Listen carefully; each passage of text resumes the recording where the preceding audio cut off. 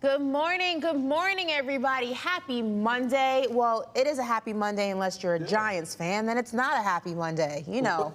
But I'm not. I'm a Cowboys fan, so it's a great Monday for me. I like it. You got like 3-4 New Yorkers in the back. That's exactly why I did it. Listen, I'm Ashley Nicole Moss. I got Brandon Flowers with me. I got Brandon Marshall with me. And I should have actually started off today's show by saying Happy Sports Equinox, guys. You guys, you know what that is? Absolutely not. Well, Never heard Sports of it. Equinox is the 30th time in history where there's multiple sports on at the same time. It only happens once every year. So tonight, it's Monday Night Football. It's the World Series Game 3. It's 2 MLS playoff games, 11 NBA games, and 9 NHL games, all going on at the exact same time. It's the Sports Equinox. So they added one because MLS was never a part of that. Well, it used to be the Big Four, right?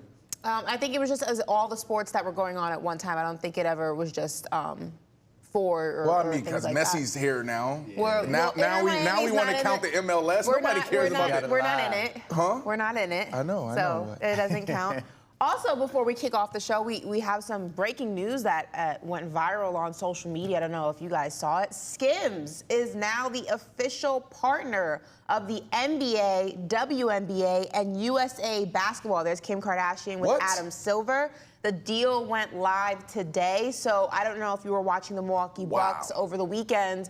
There was actually a Skim advertisement on the hardwood floor. It is now the official partner of, like I said, the NBA, WNBA, and USA basketball. So Kim is making money. I'm just saying. Like, this is crazy. This is wow. Shout out to the Kardashians. This is phenomenal. Ashley, think about it. It all started from the sex tape. Go for it, bro.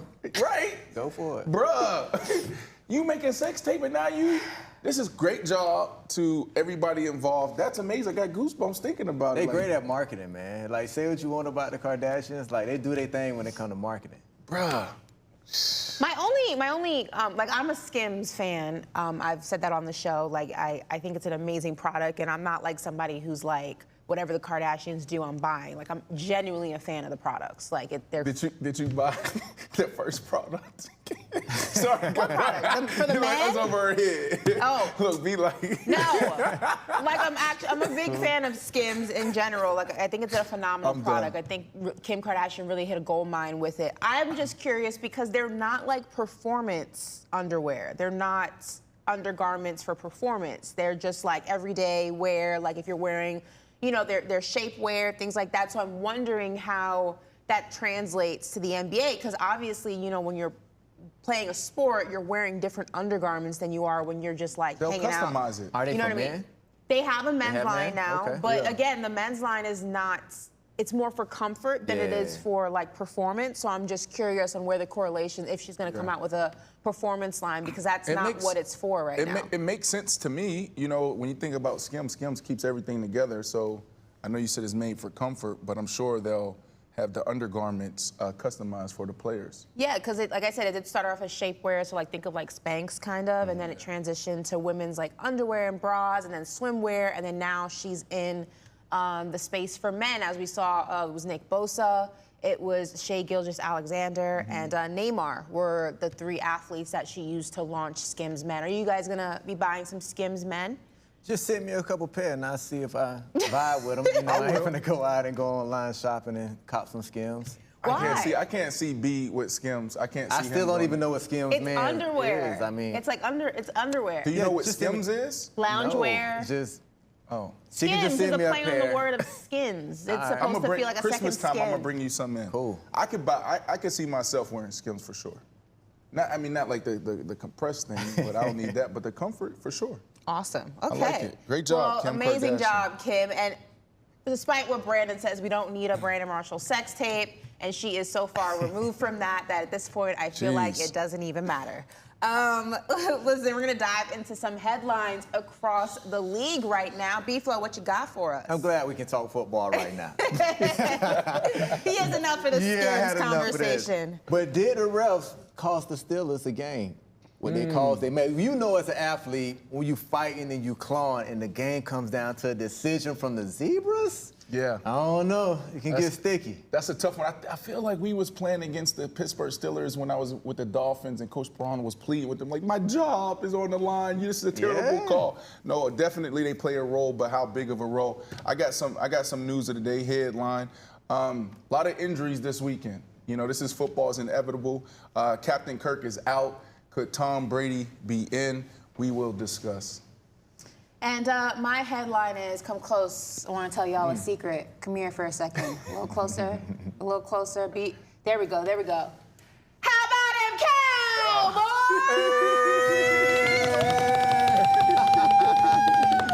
How about them boys? Okay. How about them boys? Okay. I give y'all props. Listen.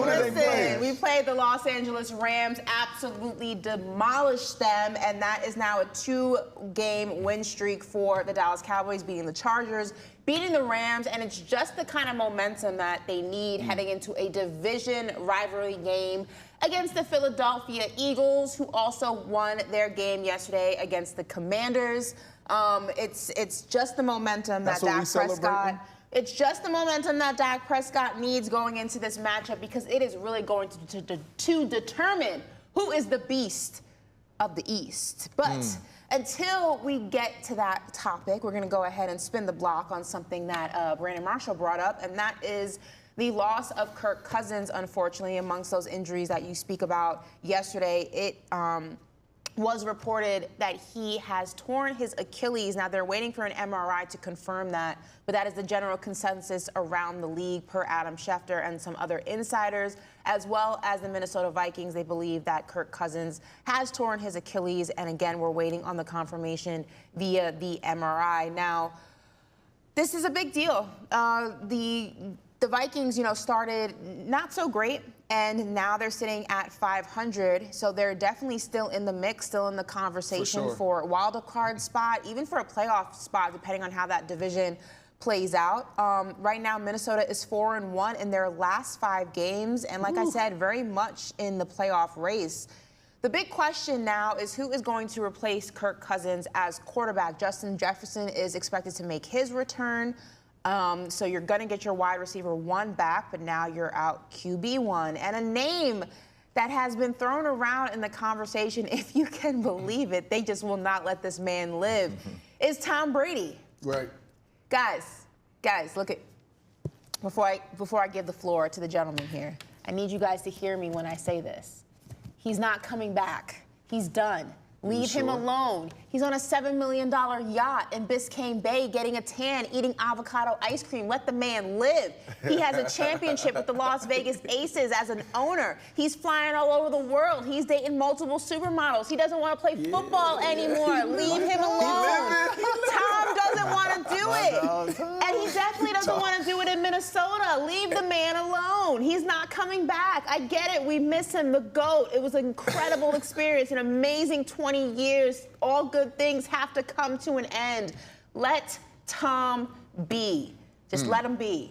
Go ahead, Brandon. Well, I mean, I was going to go in a completely different direction, but hearing your rant right there. Sound like the life, right? Took me back to last week. Yeah, I'm like, golly, he living good. Why would he come back? It makes no sense. Did y'all see the video? I think it was maybe 2 weeks ago where he was on Biscayne Bay. On his yacht. On the yacht. Nobody else is on the boat with him. He has his captain, and he's in the front. He's just sitting there tanning. Did you see that video? Yes, I saw it. I seen him at a Drake concert. You see? He was at the Drake concert, yes, when Drake was in Miami. Listen. Who knows what guys are thinking? What I will say is this. There's no other feeling than running out of that tunnel. There's no other feeling than winning a game in the National Football League. There's no other feeling, and there's a feeling I've never felt before, is hoisting that Lombardi trophy. That's why you see a lot of guys holding on for dear life. Like, I want to stay here. I want to stay here. Adrian Peterson just did a podcast with RG3, and he's talking about still coming back. He has a desire to play. He's ready to play, and hopefully he gets a call before the playoffs. So he's not the only one. B, you know, we play with so many guys. Hell, B, I bet you know guys that still going to Virginia Tech's pro days, and they're almost 40. Yeah. They're still trying to get in, Ashley. So is that like this is a real thing. the equivalent of like the old heads at homecoming? Yes, all of that. So here's what I would say about Tom Brady. I would never call Tom Brady the GOAT if he was to come back. It makes no sense. You're the GOAT. When you look at other guys in these positions before, you got Peyton Manning. Peyton Manning in 2012, he played for the Denver Broncos from 2012 to 2015, ended up winning a Super Bowl, his second Super Bowl. He was chasing Tom Brady still, and they both were in the peak of their careers. You got Brett Favre in 2008. 2008, he goes from the Green Bay Packers after being with the Green Bay Packers for so long, he then goes to the New York Jets. Why? Because there was still meat left on the bone. He was chasing still Tom Brady and the Joe Montanas. You are the GOAT. There's nothing else for you to do besides the yachts, the Drake concerts. That's it. So B, I would say this, if he comes back, I will never call him the GOAT again. I'm giving it right to Patrick Mahomes. So let's just say this. He will come back, but it's only one team that he'll come back for. And we all know who that team is, right? No. The Patriots? The 49ers. If the 49ers are playing ball and Brock Purdy goes down and then their backup isn't getting it done, I guarantee you, Tom Brady always tried to get where? The San Francisco 49ers. The man is not coming back to play football. You sound crazy. He got a signal caller that can draw up plays for him. That is the only team that he'll come back for. Defense, that's going to play. That's not playing ball right now, but he'll come back for the 49ers. I guarantee. You want me to call him? Brandon. I'll hit him up. Look at me right now. He is not coming back to play football. This is a man who has a $300-400 million contract to be a commentator and still hasn't even dabbled into that because he's chilling. What part of $7 million yacht, Biscayne Bay, supermodels, avocado ice cream is not registering in your head? How many times he tried to get to San Francisco, though? And then even when they didn't choose him, how hurt was he? Was like, you chose that guy? Here's my thing with that. Come on, you guys sound crazy. I thought you were going to go New England. That was like the only team, but then 49ers would make sense if he was thinking about coming back or if he would consider it. Team. But would you respect it? Yes. That's my question. Would we respect Tom Brady coming back, playing, let's say, 4 games into the regular season, and then going on and winning the Super Bowl? Would you respect it, really? What would be the reason? He will always be the GOAT. If he comes back late, wins the Super Bowl with the 49ers, another team, his third team, and he won another Super Bowl, oh, he forever goated. That's when I say I don't even know if Mahomes can catch him. Did either one of you ever watch Seinfeld? Nah, that wasn't my vibe. See, we talked about this already. Do you know? Did you watch Yellowstone? Do you know? Okay, first of all, Yellowstone is a phenomenal show. Don't try it. Never heard of that show. Don't. This is disrespectful. What is it? Something Mountain or something? Disrespectful. Kevin Costner is a god. Watch your mouth. Do you know what Seinfeld is? Yeah, I know what Seinfeld is. Okay, so you know who Jerry Seinfeld is. I watched a couple episodes. So Jerry Seinfeld, this reminds me of Jerry Seinfeld was on Larry King infamously, and Larry King's basically tried to say that Seinfeld was canceled. And Jerry said, canceled? We went out on top. We were the #1 show on TV. We already proved that we were #1. There was no reason for us to continue. Like, we walked away. You didn't cancel us. You didn't quit on us. I quit on you.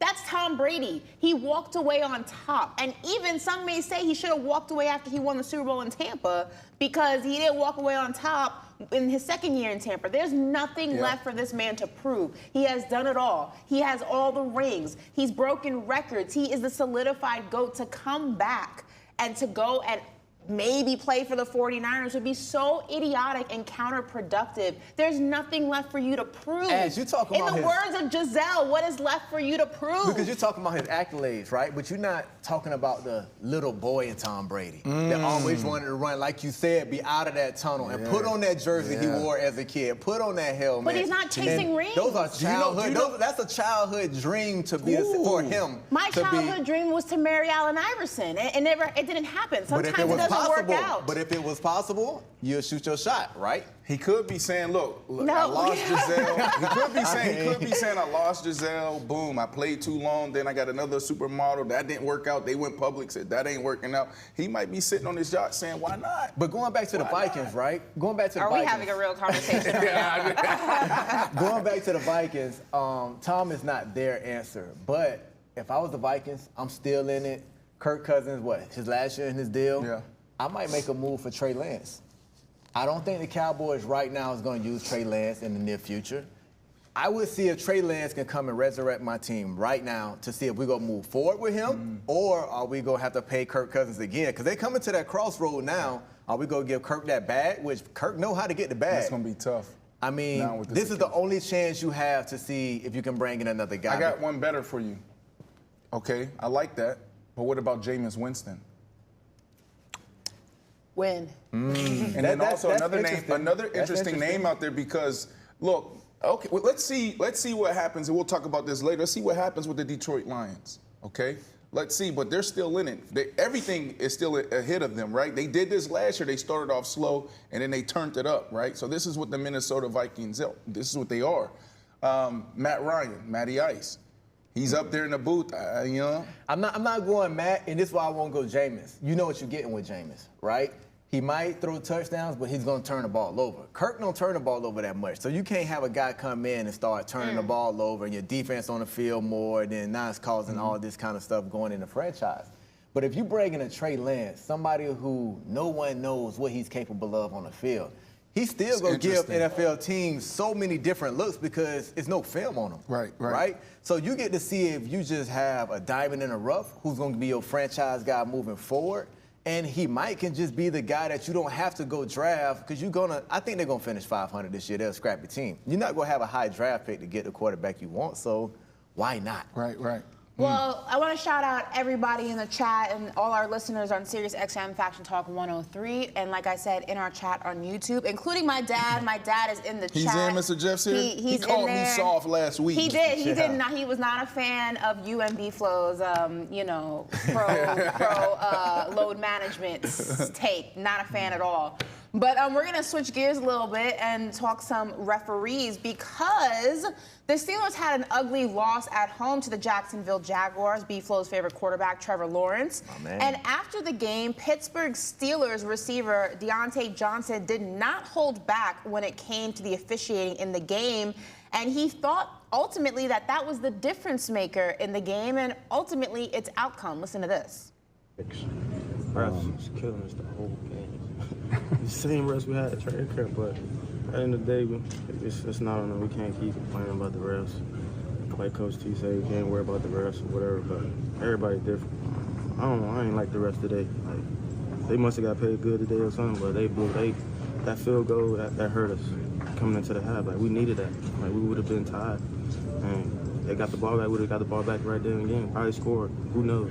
That field goal hurt us. You ticked about the roughing the passer calls? Yes, they was calling some stupid stuff. Like, they should get fined for calling bad, making worse, terrible calls and stuff like that. Like, that's how pissed I am. Like, because they cost us the game. I don't care what nobody says. They cost us the game. Like, yeah, I got to make plays, them 2 plays, them catches or whatever, but that don't define me. You know what I'm saying? The whole game. One more, guys. How about them missing the call on Kenny where he hurt his ribs? Looked like he got rough there. Man, they wanted them to win, bro. They was calling. Everything was in their favor. Like, they were getting every little call. Like, but it is what it is. But we can't, like I said, I'm moving on from it. Like, I'm ready for Thursday. Jen is the last. Now, this is an interesting conversation because we're always talking about if the officiating and the decision-making within the officiating can make or break a game. Now, some people will say that one call doesn't determine a game. I tend to be on the 50-50 side of this conversation. I do think that there are a lot of things that have to go wrong throughout the course of a game for it to cost I think a lot of things go wrong in the course of a game that it's easy to blame one call, but when you actually look at it in hindsight, there was bad decision-making in all 4 quarters. But I do believe that there are situations where almost a perfect game is played, a competitive game is played, and one call and one bad call or 2 calls back-to-back or a few calls within a quarter or and a half do determine the outcome. So I think that there are situations that referees do cost players and teams games. Nah, I agree. And all he did was say everything we think, like, internally, B. He said it out loud, right? And, yeah, he finna get hit for a nice little $30K fine. Like, that's... Damn, $30K? Yeah, you can't easily. Talk about the refs. Easily. With all this going on with the script and his sports scripted and, all that's going on, like, yeah, he finna get hit. But, nah, I feel his pain, man, because, B, we know how much we prepare. Like, we practice more than we play. Right. And when we execute in the game going back and forth and it comes down to this one play and the refs make a crazy call, I can see if it's close. But if it's something that you feel isn't close, like, nah, that sting as a player. Like, Pittsburgh, they fighting and clawing to make the playoffs right now. They know where they stand with Baltimore in their division, Cincinnati winning now. I mean, Cleveland ain't no, they not a long shot from trying to make a run, if Deshaun come back. So it's just. Well, I mean, look, you already know I have a hate relationship with the referees, love-hate relationship. I still haven't forgiven them what they did to my Cowboys. So the catch, no that's catch. what I'm saying. I could have had a Super Bowl by now. You wouldn't have had a Super Bowl. You'd have had a playoff win. Hold on a second. You want to dive into this for a second real quick? No. Because we would have went to the Super Bowl that year and we would have beat Tom Brady and the Patriots. Because you remember that was the year that Pete Carroll did what? He went out on no. He didn't run the ball to Marshawn Lynch, and he had Russell Wilson. In the Super Bowl, the Patriots were not that drastically better than the Seahawks in that game. It was just that idiotic call that won them the Super Bowl. I guarantee you the Cowboys go to that Super Bowl, we beat the Patriots, and we have one. I guarantee it. I will die on that hill. I die on that hill. If was a fifth. Whatever. I die on that hill. The Cowboys would have won the Super Bowl that year. This is what we be talking about with the Cowboys stuff. That was our year, Brandon. That was our year. That was our year. Listen, DJ trains at our Tampa location, super quiet dude, comes in, put his head down and works. So for him to speak up like this, he is definitely frustrated, definitely, feeling some type of way, as he should. We've been there before. Look, the Steelers offense, I mean, they put up 10 points. They keep calling for their offensive coordinator's head, right? Like he's not doing a great job. Now, it was a tough day yesterday, meaning from the element standpoint. It seems like the Northeast, depending on where you were, New York or DC had some good weather. There's some places that had some tough weather. It was rainy, right? So I give them a little bit of grace there. But you only had 260 yards of total offense. You lose your quarterback, then Trubisky comes in and he did decent, but you still can't get your playmakers the ball. Their receiver over there, what's the gentleman's name? The young dude, Pickett's the quarterback. Pickens. Yeah, Pickens. I'm watching this game and he's making catch. I'm like, I think he has the best catch radius out of any receiver in the NFL. And I'm like, he might be my new favorite wide receiver. But I'm disappointed as a fan and I'm from Pittsburgh, right? This is outside of the teams I played for, Jets first. But if I had to pick a team, this is what we doing, it's the Pittsburgh Steelers. I want to see more of them. Can the offense get going? So I say all of that because, we can blame the refs. I hear you, Ashley. But at the same time, we got to be looking ourselves in the mirror as well. No, I agree. Defensively, we know we're getting on that side. From the coaching standpoint, we know we're getting on that side. But offensively, y'all got to step up. And I don't think it starts with the players. I do think it starts with, this quarterback and also this offensive coordinator. I don't know what's going on with that dynamic, but, this is 5-6 weeks in a row where their offense can't get going. I hear you on that. I think that's why I say I'm 50-50 on this conversation, because I feel like you have to look at the grand scheme of the game. If you only put up 10 points of offense, how much can you blame the referees for the outcome of the game? You probably were going to lose anyway. And to be honest, I like the human element of the referee, right? You don't know when they go make a call. You don't know when they go miss a call. I mean, when you playing, you hate it because you want every call to be by the book. But as a fan, just watching the game, you like to see people get away with stuff or like a bogus call come, because that make the game unpredictable, right? So when he mentioning finding the refs and this and that, they're still human. It's still gonna be human error, right? You're so nice. He's too nice. It's gonna be human error. On that topic, though, on that topic, it's a good segue. I mean, how much should the officials be held accountable for the outcomes and the calls of games? I mean, we look at the NBA and they have that, 2-minute report, and a lot of the times I feel like that 2-minute report is just like, you might as well have just kept that to yourself, because it's the referees owning up to the fact that they made a mistake that changed the outcome of the game, and it's annoying. Like they did it with the Knicks. They said that they shouldn't have called a tech on Jalen Brunson. Well, that tech didn't send him to the line, and they ended up losing that game against the Celtics. So while it's owning up to the mistake and it's that humanistic side of things, you're also reading a report and knowing if it went a different way, the game would have been a different outcome. So how much should they be held accountable, and how much should a lot of the things the mistakes that they made should just be kept to themselves? Well, we have that also in the NFL, right? So in the NFL, I hate when the coach used to do that. He used to come in after the games like the next day. So this Monday, So we're in there watching film, like, yeah, we're going to send this into the NFL. Send this in the NFL. That ain't going to give me my touchdown back. That ain't going to give us the W. Why are we doing this? Because maybe they need to look at it. I like what he said. DJ, he said that too. Maybe they need to be fined for a bad call. But, you know, right now you can send this in the NFL. The refs will say, yes, we made a mistake. You know, we should have done X, Y, Z. You know, maybe there's a bonus structure in place where, you know, guys can earn more, make more if they actually have a certain grade. But there's some referees out there that's notorious for just being trash. And I don't know how they're being held accountable. So that's a big question. Last point on this? I mean, they do get penalized when they can't ref in the playoffs. I mean, that's when those guys do get their bonuses, right? Okay. If you call a good game during the regular season, you can call playoff games, I don't know the playoffs. But yeah, that's when the crews like get a chance to call in the playoffs. But I mean, like I said, like you mentioned, don't get in that position, right? Your offense need to move the ball. Right. Don't let it get that close. It's easy for us to say it now because I remember when I was playing, I had to get separated from a ref, right? From a ref, for real? Yeah, in Houston. Andre Johnson, there was a play in the fourth quarter where he pushed off clearly, and they called pass interference on me, and that was the play of the game that they won. And literally, like, my coach and everybody had to pull me back from the ref from making that call. What you say to him, B? Why you going to skim over the story? That's story time. We want to hear this. Story time. You can't get fined. What'd you say to him? B, I'm in a different place right now. But what did you say? What did you say? I'm in a different place right now. B comes in. You know can I tell? Well, Go ahead. Go ahead. So B's only, for the next couple of months, is only juicing, right? That's it, just juicing. And so I bring him in a juice, a little immunity shot, you know, just to show love. And I look at him like, yo, you are like a monk. You know, he's like on his path to it, like he's different.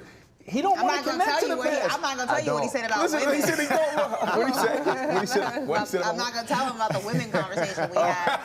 You too. I don't know why you laughing. Both of them. Yeah, that's going to stay off. That's a different show, though. That's a different show. But no, B, you try to get B to talk about the past stories or say something negative. He's gone. Why bring it back? He's gone. Let it go. All right, hey, refs, we're going to start finding y'all, okay? But also, y'all out there, y'all need to make y'all plays. Don't make the games this close and predictable. We're going to move on and talk. Okay, Brandon, listen. You have a very nice outfit on. Do not step on this table, okay? For what I'm about to say right now. Okay. All right? Patrick Mahomes was feeling a little bit under the weather. It could have been his flu game, if you will, but it turned out to be a big game for the Denver Broncos because they took down the Kansas City Chiefs. As they scored, the Chiefs, scored just 9 points against them. Now, it was Denver's first win over the Chiefs in 8 years. Yes, you heard that correctly. Their first win over the Kansas City Chiefs in 8 years. So the Broncos, they put on a master class in trolling after the game. Check this out.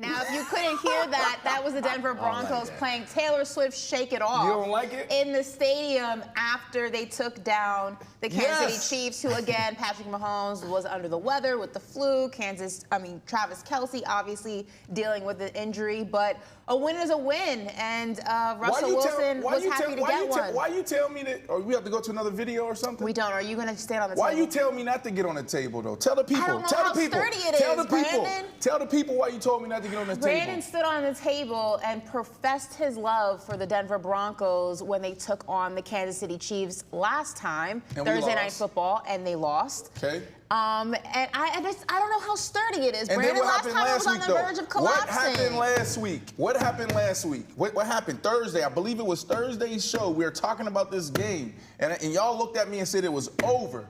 You said, Brandon, the team that drafted you. Patrick Mahomes was going to have the flu. So what I'm going to do is, yes, I'm going to get on this table. Oh, my God. Brandon. Oh, my God. Give me the jib. Give me the jib. This is not sturdy. I told y'all. What y'all seeing is don't ever give up. Keep believing. Russell Wilson cooked. Oh, my God. Russell Wilson cooked? No, Russell Wilson ain't cooked. You mean to tell me the dude that's done all of that through 10 years, all of a sudden get traded to a new team, and y'all expect because he doesn't do what Tom Brady do, that he's cooked and he's washed? Did y'all see what's going on the defensive side this year? How does the defense go from being a top 5 defense, legendary defense last year, to now they're at the bottom of the bottom 5?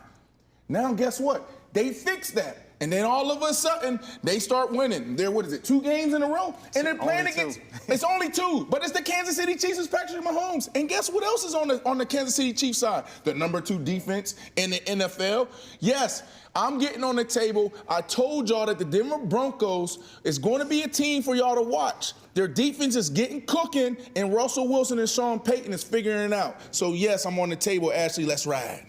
Let's ride. Let's ride. Listen. Let's ride. Did y'all watch that game, B? Not so. I'll be honest. Denver defense figured Kansas City out, right? Denver defense plays Kansas City tough. But I'll tell you one thing. They went a little overboard playing the Taylor Swift at the end. I guarantee you Denver won't win another 10 years beating against the Kansas City Chiefs. You can't troll Andy Reid and the Chiefs like that, man. Like, do y'all know who y'all trolling? So what? So tell me, I don't know Andy Reid. You played for him. How's he taking Andy this? Reid, Patrick Mahomes, Travis Kelce finna take all that personal. Andy Reid not gonna say anything about it, but guess what? I guarantee you in that locker room, Kansas City might not lose another game this year because of that. I mean, listen, is it kind of like it's not a moral victory, but it's a little bit like you played an injured Travis Kelce, you played a sick Patrick Mahomes. Doesn't matter. It's not even like they were at full strength. It doesn't matter. Are they full strength? There's about to be a fire sale in Denver. You saw what happened to the Denver Broncos when they played the Chiefs at full strength. You saw what happened, right? They were in the game. But you saw what happened, in the game. Right? That's what I'm saying. Yes, they lost, but they were in the game. I gotta show Denver defense some love. Thank you. What, 5 turnovers, something like that? They had a lot of turnovers. I mean, I gotta say, they got Kansas City number defensively, but none of that's happening. They had them, anymore. but think about it. What is the problem? What is the problem? All right, so last year we were looking at the offensive side. Russell Wilson and that offense, they couldn't score more than 2 touchdowns. If they score 2 touchdowns and a field goal, they're probably 13-4 last year, right? Because their defense was so strong. Now all of a sudden, you bring back the same people before they start trading people, cutting people. You bring back the same defense. And we've never seen this in the NFL before. Top 5 defense, and then you go to the last defense in the NFL. How? How is that possible? Do you think that so now they just corrected that, Ashley. Yeah. The Denver Broncos in the offense, they've been doing a decent job, but it all hasn't been able to come together. And what we say, November, we're in November. Post-Thanksgiving is when real football start. And I'm telling you, this is going to be a team that could potentially be scaring some folks heading into the playoffs. So you think they figured it out? I ain't saying they figured it out yet, but what I'm saying is I'm not like everybody else, and this is why I wanted to stand on the table last week. I'm saying, no, I'm not writing them off. You laughed at me when I said, write them off. You said, yeah, write them off. But don't you think, I mean, to Brandon's point, I don't mind the trolling, but it's also like this is a team that you haven't beaten in 8 years. 8. The streak was bound to end eventually. 8 years is a long time. That's a long streak, okay? Statistics, probability, however you want to flip it, that's 8 years. That's a long streak. Also, you saw what happened when you played them healthily the first time around, and I think nobody's healthy. Was Travis Kelce even in that game? Yes. He played a little bit. He played a little bit, right? He was dealing with his injury then. But, I mean, not to take away from the Denver Broncos defense, but also let's not ignore the fact that you had a sick Patrick Mahomes, who had 5 or 6 turnovers. Just show me the baby. I don't care about all of that. 5 or 6 doesn't matter. That's football. Is a big deal. That's football. You don't think they banged up too? But what I'm saying is, my question to you is it more of what the Denver Broncos did, or more of what what Patrick Mahomes and the Kansas City offense didn't do? It's football, and it's also Taylor Swift wasn't at the game.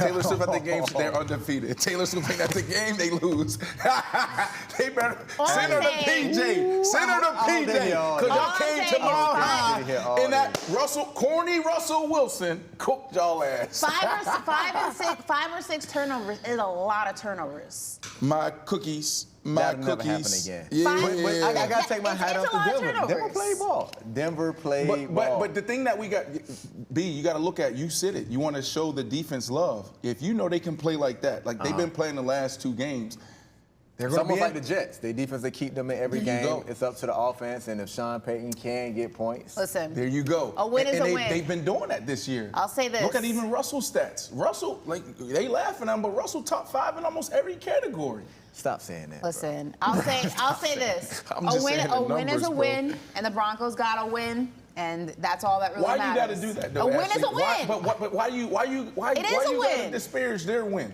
I'm just saying that, like, I get it, the Broncos won, but when you actually look at, like, all of the intricate details, it's not, you know, it's impressive because it's the Broncos, but it's not impressive in, like, a grand scheme type of. Do you get what I'm saying? I get you. Like, it's a win is a win, though. They had a great game plan. They controlled the clock. They kept 15 on the side, and defensively they stood up and did their thing.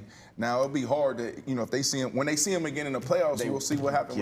I'm happy for Russell Wilson, though. They're gonna see him in the playoffs. It could be, you know what I mean? You can't see it happening. You want to bet? He want to bet. Wait, give me a couple more weeks. Right, cool. I think Russell Wilson played a phenomenal game, though. I'm happy for Russell Wilson. I hope this changes the direction of the slander, because I think Russell Wilson is still a great quarterback. So we're going to move on, though, to the Miami Dolphins. Tyreek Hill just became the 4th player in NFL history to surpass 1,000 receiving yards through the team's first 8 games.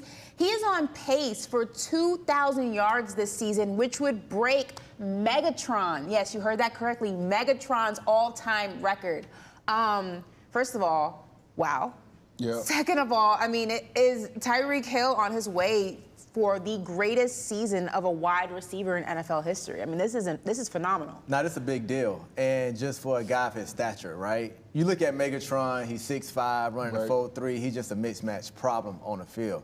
But when you go and see Tyreek Hill, I mean, yeah, he's fast, but when you look at him on the field, he don't look like he can take over a game the way he does, right? And you would think somebody will figure him out. Because when they try to figure Megatron out, they'll roll the safety over top, and Megatron trying to just go over both of them and just athletically just out-jump both of them. But they can't stay in front of this guy. I mean, what do you run? You run zone, he's running free through the zone. You run man, you have no... Like, and then you get deep, he still run past you. Yes, and then if you get too deep, he'll catch it in front of you and then outrun you to the pylon. So it's almost like, how do you stop this guy? Right. You can't. And you know what? The thing that makes him impossible to stop is everything that you talked about, but then it's also, well, I didn't even think about it. It's the quarterback and the coach / offensive coordinator. Well, it's like when you're the number 1 guy, when they just put you backside, like we always talked about on this platform, who's the X, who's the Z. X is that guy that's always going to move the chains. That's your guy, right? One-on-one backside, let's go. But it's also easy to take that guy out because all you got to do is roll coverage to him. He's in the boundary. It's so much easier for the defense and the defensive coordinator to game plan for that guy when you sit there. Why it's impossible to stop him is because you got a offensive genius in McDaniel who is moving him everywhere. You don't even know where he's going to be. You know how many times he lines up in the backfield, bro? Yeah. It's unbelievable. But then you got a quarterback, and this is why I caught myself because I was like, damn, because it also takes a quarterback that understands what's going on with the defense to get you the ball. I'm just thinking through this out loud now. We're actually seeing how good Tua and how special Tua is. Yeah. Because when you think about it, bro, like, to continue to get this guy the ball efficiently and protecting the ball, it shows how savvy and how smart Tua is because they're throwing everything at this offense and they're still getting other guys involved. And this dude, like we said, is halfway through the season and he's at 1,000 yards and he'll probably break Megatron's record. This is a huge feat. I just hope that they don't take the MVP. When he does this, make sure they give him the MVP trophy. It shouldn't even be a vote. It shouldn't even be a vote. But what you mean you have to? It's a quarterback thing. They always want to give it to the quarterback. Well, I mean, Brandon, as a former wide receiver, I mean, how difficult is it to obtain over 1,000 yards just through the first 8 games? We're talking not even halfway or around halfway through the season. That's insanity. That's most of the time somebody's stat line throughout the entire season. And Tyreek Hill has hit that halfway through it. Yeah, where he's at right now, this is, 90% of most receivers dream to have this type of season, and he's only halfway through the year. There's so many factors that go into this. Health, right? You see guys go down all the time. And so when Adrian Peterson was doing it, when Chris Johnson was doing it, but on the ground, when Derrick Henry was doing it on the ground, you know, when Peyton Manning was throwing 4 or 5 touchdowns a year, all you're looking at is, okay, are they going to be, as a player, not from a fan's perspective, but the players, we know any minute you can be Kirk Cousins and go down, right? Yeah. You can be Aaron Rodgers and go down. So that's the big one, right? And then even if you're not dealing with something, the stress that's on you mentally and physically as a player, I can't even describe it. Like, he's on our show today after this. He came in 2 weeks ago to film this, and, you know, he's just like walking in gingerly and slowly. You know, it's his recovery day after the game. So, like, the recovery process. And then what we just talked about, the offensive coordinator, the quarterback, everybody got to be on the same page. This is tough because your success is in the hands of so many other people. Just imagine if he's going against guys that can stop him, right? You know, what if Darrelle Reeves was on the other side? You know what I mean? Could he be a guy that stop him? I don't know. But, you know, it's so many things that go into it, so many factors. That's why it makes it so amazing when you see guys doing this and having these type of moments. But it's not going to slow down no time soon. And you know why? Because Waddle quietly went for 125.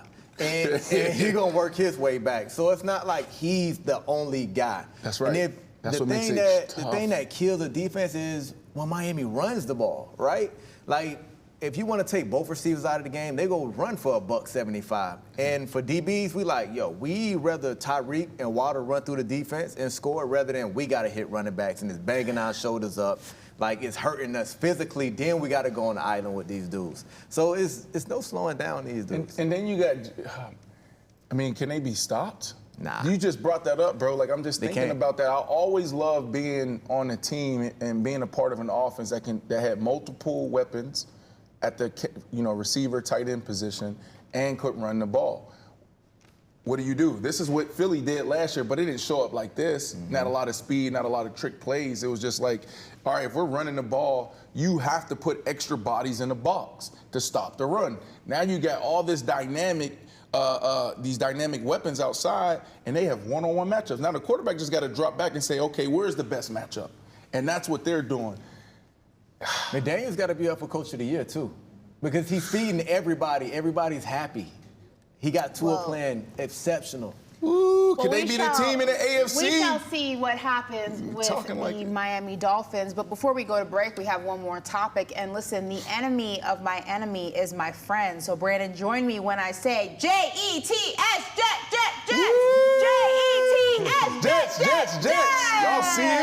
Y'all see it? We gonna find a way. We just trucking along.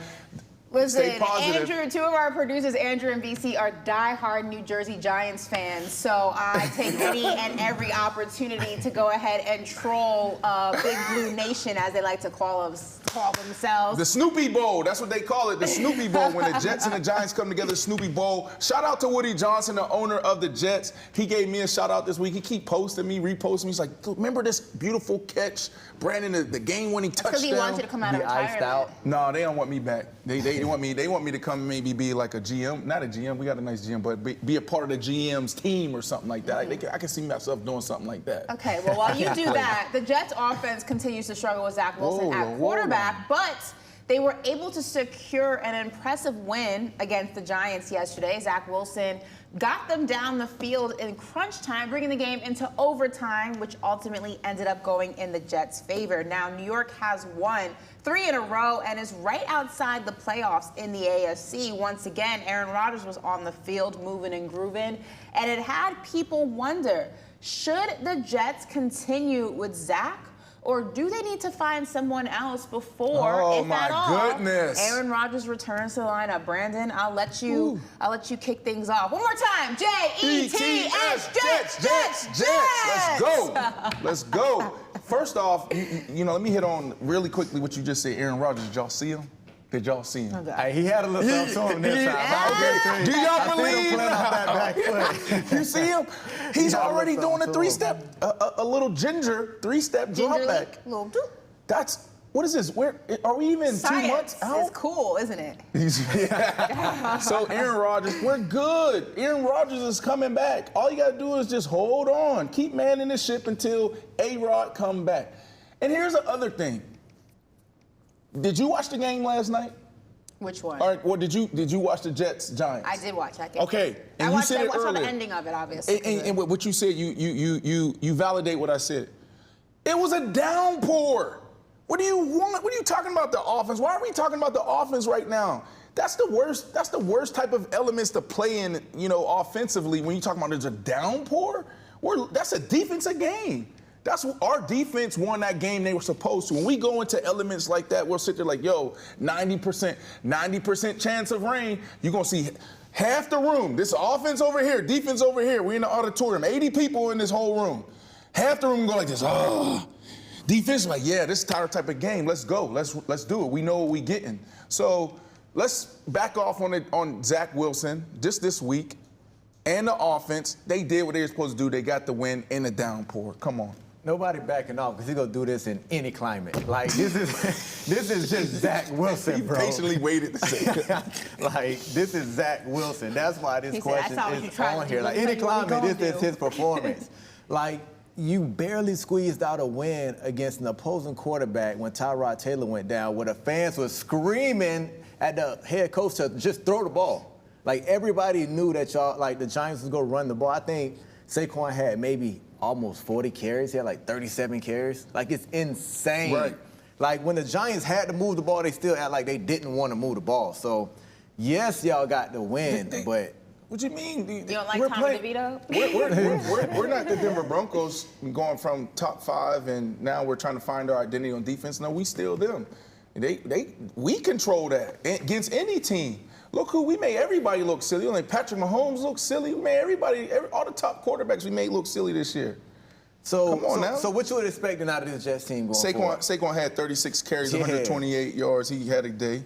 Yeah, so what are you expecting out of this Jets team, like with Wilson at quarterback? You fine with him at quarterback? Just get us to the end of December when A-Rod coming back. That's what I expect. You delusional. Okay, I thought you were delusional. That's why I asked that. What do you want me to say? Like, look at, we're right there. I mean, Ashley, y'all keep saying numbers don't lie. We're sitting here 4-3. The man's not coming back, Brandon. There's no reason for him to come back. And you don't. Yes, there is. What the reasons? Brandon? Let's realistically dive into this, okay? Let's say the Jets are right out of playoff contention, or they squeeze in maybe wild card. You want to bring Aaron Rodgers back to do what exactly? They're not winning the Super Bowl. Can you not ask me that question anymore? Yes, they can. Oh, my God. So you're going to jeopardize your entire 2024-25 season for a maybe Super Bowl with Aaron Rodgers coming off an Achilles. He's 50. We came just to get one. Woody just wants one. Let me ask you this. Does this statement travel from NBA to NFL? Defense wins championships. Does it travel? Okay, yes it does. Yes it does. Not always. Yes it does. Not always. Well, things are changing in NBA analytics, so when we get to NBA, don't even try to things are changing in the NFL. In the NBA. Okay. So defense, having a top 5 defense, Ashley, all right, and this type of D that can play the way they've been playing for the last few years, and you bring in Aaron Rodgers that can just bring that leadership, that can bring, just the decision-making and potentially making plays. Like, I don't think you're going to get the same Aaron Rodgers. He just needs to be able to protect himself. That's what he talked about. Okay. So Aaron Rodgers coming in, being able to... It's like what I talked about when I brought up Tua and I caught myself and I started tripping over my words. It's like it's special for a quarterback to go out there and knows everything that's happening on the left side. Okay, 52's the mic. They're in the over front. This guy's coming, so I'm not protected backside. Get your ass over here, running back. Protect this side because I got a matchup over here. You got to do all of that in 30 seconds. Brandon, you sound crazy. Like, first of all, defense isn't the only thing that wins championships in the NFL anymore. You need an offense. You need a quarterback. And Aaron Rodgers, phenomenal quarterback, but you're talking about seeing him on the field, throwing a couple of passes, and he looks fantastic. That's drastically different when a defensive lineman is coming at your neck. You want the man to get killed? When you desperate, you take what you got. But the Jets ain't been in the playoffs in 13 years. How he looked on the field during warm-ups is not an indication of whether or not he is prepared to be in an NFL game where there's a defense gunning for him every single play. That's pregame, crazy. But you see how you said you're desperate? with Wilson at quarterback, you feel desperate, right? Why not just try another quarterback in to see if he'll give you some kind of spark? Let me tell you why you don't do that. That's what I'm asking you. Let me tell you why you don't do that, because we were talking about this earlier with the Vikings, right? The Vikings lose Kirk Cousins, and now it's like, okay, who are they going to bring in? There's Colt McCoy that's out there, and then you mentioned was a good one, Trey Lance, and I threw out Jameis Winston for Trey or Matt Ryan, bring him out of the booth. Any of those guys coming in, it's going to be almost impossible for them to efficiently run and effectively run that offense. He's not doing it either. We're talking about, bro, huh? Wilson's not doing it either. Okay, so imagine bringing another guy. He's been in the system all offseason, all preseason. He has these reps under his belt. He's progressing. He's getting better. He is. Why would you bring another guy in that has to start from scratch? Because you know. Look at this guy. Look. Now that ain't it. That's the old one. There's another one. That's not it. That's the old Wilson, one. You know what you got. No. So we progress. Just like Zach Wilson is progressing. Everybody's getting better. You are taking a video of him warming up with nobody around him, no pressure on him, and saying, "Oh, he's ready. Bring him." But he's not. He's gonna get killed out there. There's no reason for him to be out there. B, right now you wouldn't take Jameis Winston over Zach Wilson in New York. No, not in the middle of the season. He was going to go to Minnesota in the middle of the season. Because they don't have anything. They don't have anything. What I'm saying. Y'all don't either. We do. We have Zach. No, Zach is fine. We're sitting at 4-3. You just said y'all was desperate. You just said y'all was desperate with him at quarterback. Overall, we're like the globally it's not desperate. overall, because you say you had a great we haven't been in the playoffs. We haven't been in the playoffs in 13 years. So to Ashley's point, if Aaron Rodgers is sitting there in December or the beginning of January and we're still have playoff hopes, yes, if he says he's ready to go, we're going. You don't know how long you're going to have Aaron Rodgers.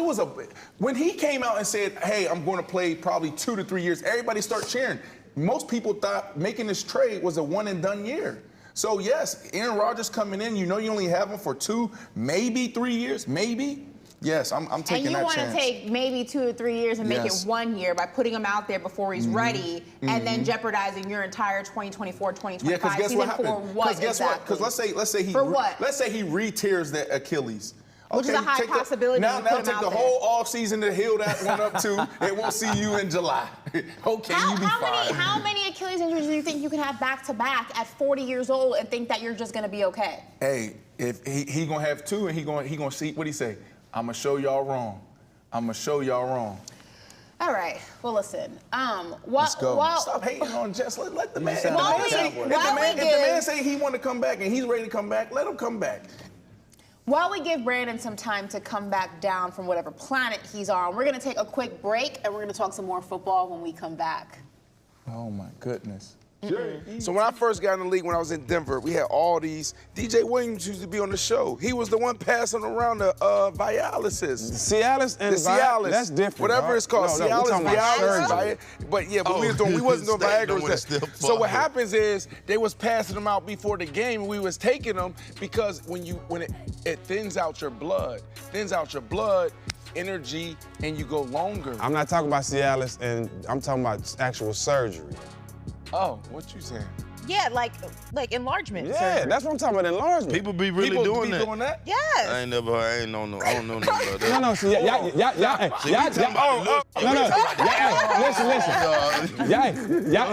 y'all talking about something that's gonna keep it right for 36 hours. Yeah. No, now, this motherfucker taking that shit, they can be that way forever. Oh, my God. In the league? That's how you get suspended. That's how you get suspended. People do that in the NBA? Y'all 6'7", 6'8", I thought like. What does that have to do with anything? Is that a pause? That's a major pause. I'm just saying. That's major. I never heard of that. That was kind of He said the shoe size and that size are not clicking. Ain't no OD. Let's skip that Ain't no part OD. right there. You heard he said, I'm corny. Let's get back to the basketball. I'm secure in my manhood. Tell me I'm sorry. Don't have surgery. This is really happening right now? Brandon. Like what? Yes. Bro, let me say, ain't nobody getting suspended for taking Cialis. But what's the problem? But okay, let's say they doing that. What you say they doing it. What's wrong with that? Why they gotta be suspended over that? If they feel like they need to be. Because it has something in there. Yes. It has a steroid in there. Ingredient in Same it. way It's if a you steroid take a ingredient in there. okay. a steroid. Okay, Yeah. It's no different than in the NFL. I forget the player, but there was a player who was I can't think of their names. trying to conceive with his wife, and she was going through, I want to say, in vitro, and she was going through the fertilization of her eggs, and he was on medication to, I think, increase his testosterone. Wasn't doing it to increase his performance. It was to have a baby, and he got suspended because the ingredient in there still comes up in a test. You remember what Eddie Murphy said on Golden Child? What did he They say? tried to sell him that stuff to help keep the yang up. What that boy say? Ain't nothing wrong with my yang.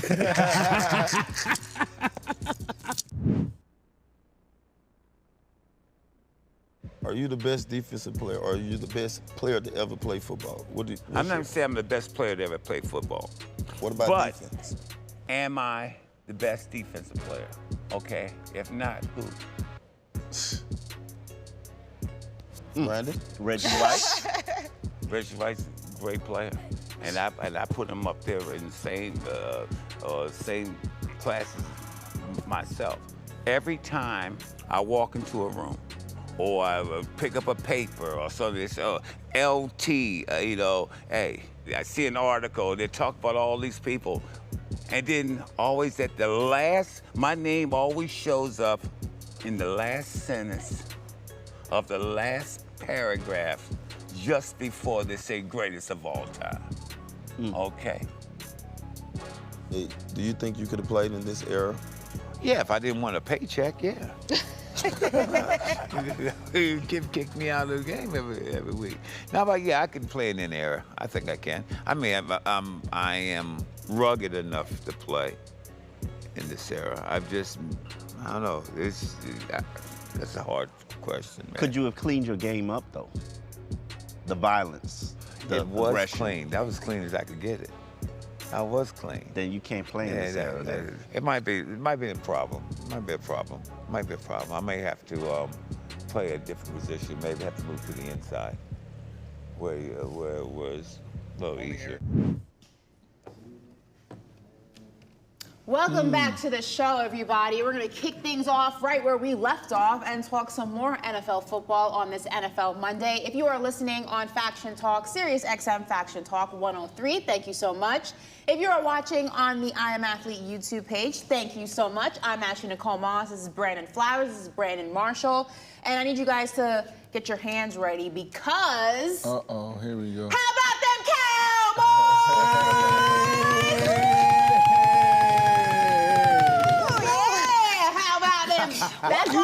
That's why I'm not accepting your application, because you didn't bang on the table. You're supposed to be a Cowboys fan this year. What's up? Stop saying Cowboys fan, and you're doing the same thing in basketball. You the Cowboys this year. You asked me to allow you on the bandwagon, and you don't even drum roll when I say, how about the Cowboys? That's crazy. I have the Cowboys representing the NFC in the Super Bowl. I thought you took it back.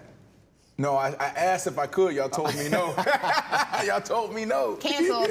Anyway, how about it, boys? The Cowboys got a win against the Los Angeles Rams yesterday, and their upcoming division rival, the Philadelphia Eagles, got a win against the Commanders yesterday. So both teams are rolling in on wins, heading into a huge matchup on Sunday for 25, America's Game of the Week. Now, this is going to be an explosive game. There's going to be a lot of bragging rights on the table, on the line. But I think also it is going to determine who is the true beast of the East. Yeah, like we all kind of anticipated, this division is coming down to the Eagles and the Cowboys to come out on top. So, B-Flow, I mean, both teams looked really impressive yesterday for different reasons. If you had to pick one, which team looked more impressive to you? First off, I want to say, Ash, I'm happy you happy. Like, cause when they don't win, bro, I be concerned. I be concerned about Ash.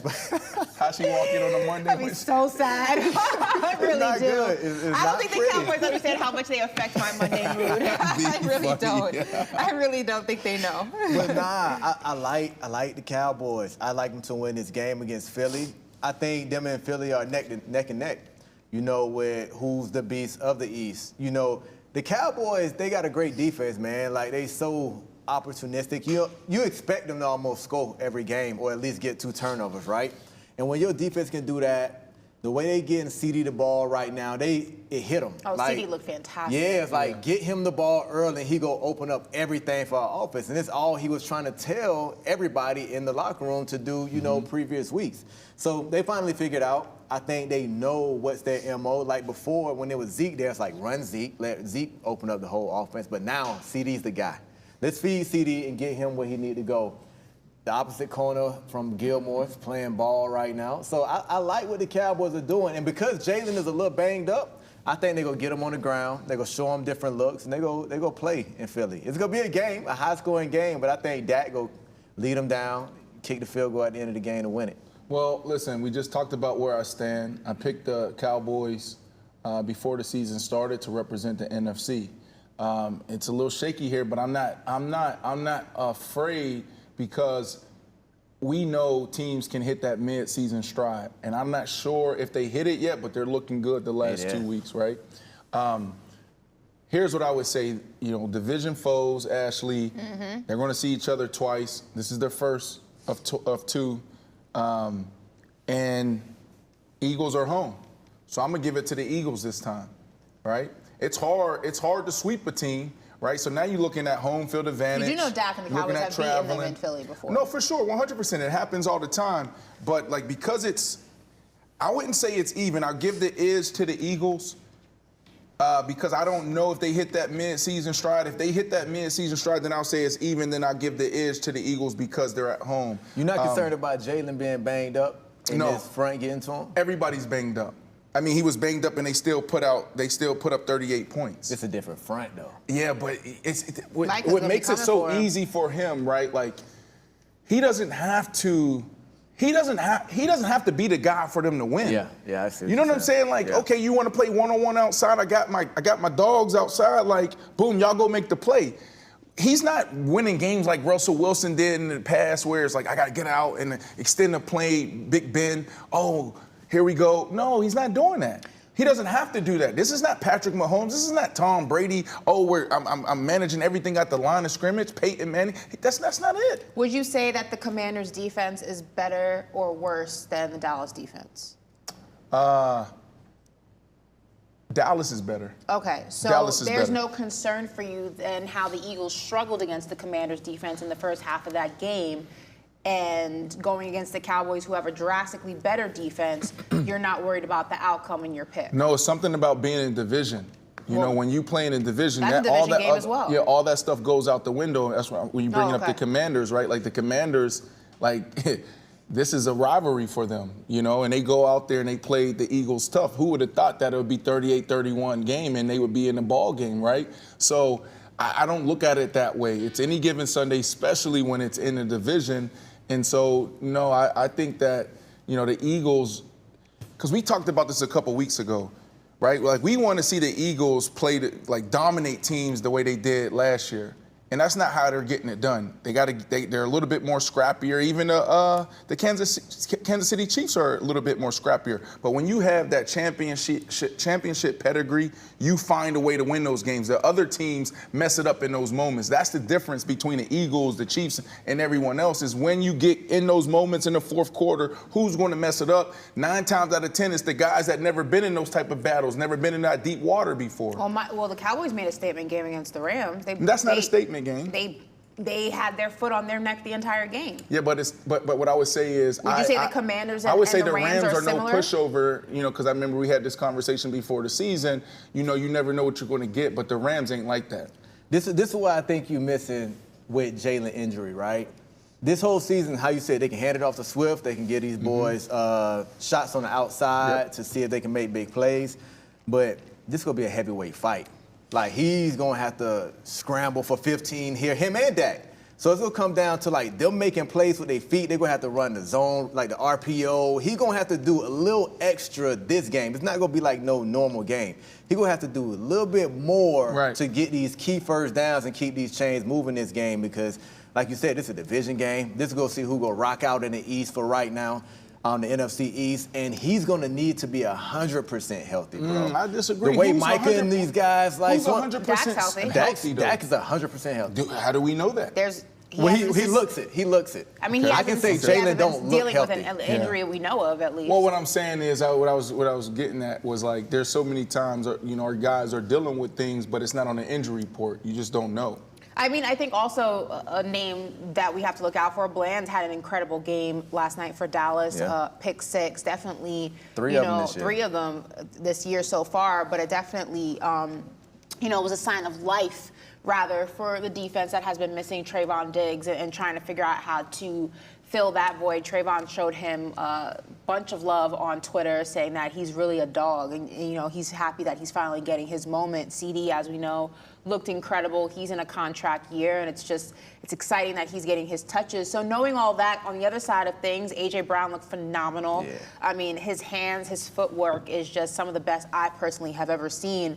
So knowing all of the facts, knowing what we know, Micah Parsons, obviously the line needs to eat, as he likes to say. I love his crawl he does after a sack. But how wide is the gap right now between the Eagles and the Cowboys at this point in the season and going into this game? I think they're neck and neck. Like, the Cowboys' offense in their wins been explosive. They've been over 30 points, 35 points in all their explosive wins this year. I mean, Philly, they are hitting their stride. Remember we said before, like, why they not feeding A.J. Brown outside? Like, they not looking explosive. They're not throwing the ball downfield. They're starting to do that. I feel like these two teams are hitting their strides at the same point. Yeah. If the Cowboys can just somehow find a way to run the ball effectively and efficiently this game, I mean, like I said, they neck to neck, but, man, I think the Cowboys can edge it out. Even though Bradbury coming back is big for the Eagles secondary at cornerback, he's going to be able to match up with these guys outside. And they bringing in Byard from Tennessee. They're shoring up their secondary, and they're becoming a complete defense right now. I just want to see what Dak is going to come and do when, like, the Eagles are at full force, which I feel like they are right now. Can I ask a question? Sure. Who's more confident?